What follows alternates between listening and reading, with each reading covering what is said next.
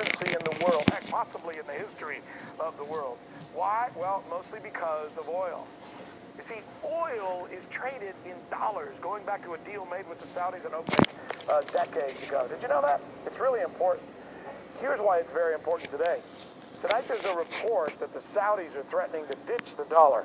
How important would that be? Well, incredibly important, because it would severely reduce Washington's clout economically worldwide. But the biggest reason, sanctions. See, that would weaken the U.S.'s ability to enforce sanctions on other nation states. That's why this is such a big story. Joining us now on what could be a momentous move is RT correspondent John Huddy, who's been looking into this for you. What have you found out, John? Well, first of all, the Saudis are serious about this, what you're talking about. And if this were to happen, the key word being if, it could certainly have some pretty significant consequences. But first, Rick, let me break down a little bit more what's going on. So Saudi Arabia is, as you were talking about, reportedly threatening to really sell its oil in currencies other than the U.S. dollar if the U.S. passes the so-called NOPEC bill. That means the No Oil Producing and Exporting Cartels Act. And that's something that would open up OPEC members to U.S. antitrust lawsuits. Now, the NOPEC bill was first proposed back in 2000. Past administrations have really balked on passing it, Rick, because of the myriad of problems it could cause. We'll get to that. But back in February, the House Judiciary Committee, and this is important, passed the NOPEC bill on for a vote in the House of Representatives. H.R. 948 is the bill number.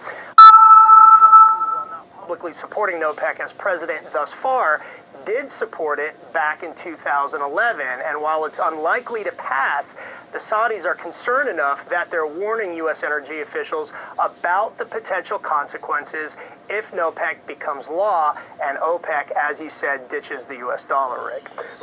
I'm just looking at this and wondering whether this isn't a bluff. And, look, you're a journalist, so am I. We have certain antenna because we've done this business for a long time. And I know that we happen to have a story in our newscast yesterday where the House was threatening to stop sending military arms to the Saudis in their war with Yemen. Is this a reaction, you think, to that, where they're saying, look, you messed with us. Remember, we could do this. We could stabilize, unstabilize the world, destabilize the world economy. Well, it's possible, and also it could be related to number one, as I said back in February, this bill, H.R. 948, getting passed on for a full vote, and also Secretary of State Mike Pompeo, who spoke at the big conference every year. It's the CERAWeek Energy Conference in Houston, touting America's energy industry, warning about foreign companies, foreign business, also Russia and China, which, by the way, are two companies looking at also doing business in currencies other than the U.S. dollar. And this is important, what Pompeo said during this conference. Listen to this. I think we have a soundbite. Listen. We're not just exporting American energy. We're exporting our commercial value system to our friends and to our partners. The more we can spread the United States model of free enterprise, of the rule of law, of diversity and stability, of transparency in transactions, the more successful the United States will be, and the more successful and secure the American people will be. And at that same conference, Rick, it's where Saudi officials had, closed-door meetings with U.S. oil officials about this potential, the NOPEC legislation being pushed through. Again, it's unlikely, but is it a bluff, what they're saying?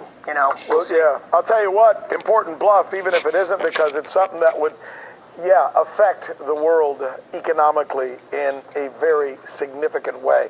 John Huddy, as usual, thank you. Well done. I'm Rick Sanchez. You found us on YouTube, and that's awesome. But you know what? I'm also live every night at 7 and 8 p.m. Eastern on DirecTV and Dish and cable and satellite, the RT app, and Pluto TV. I'll see you there.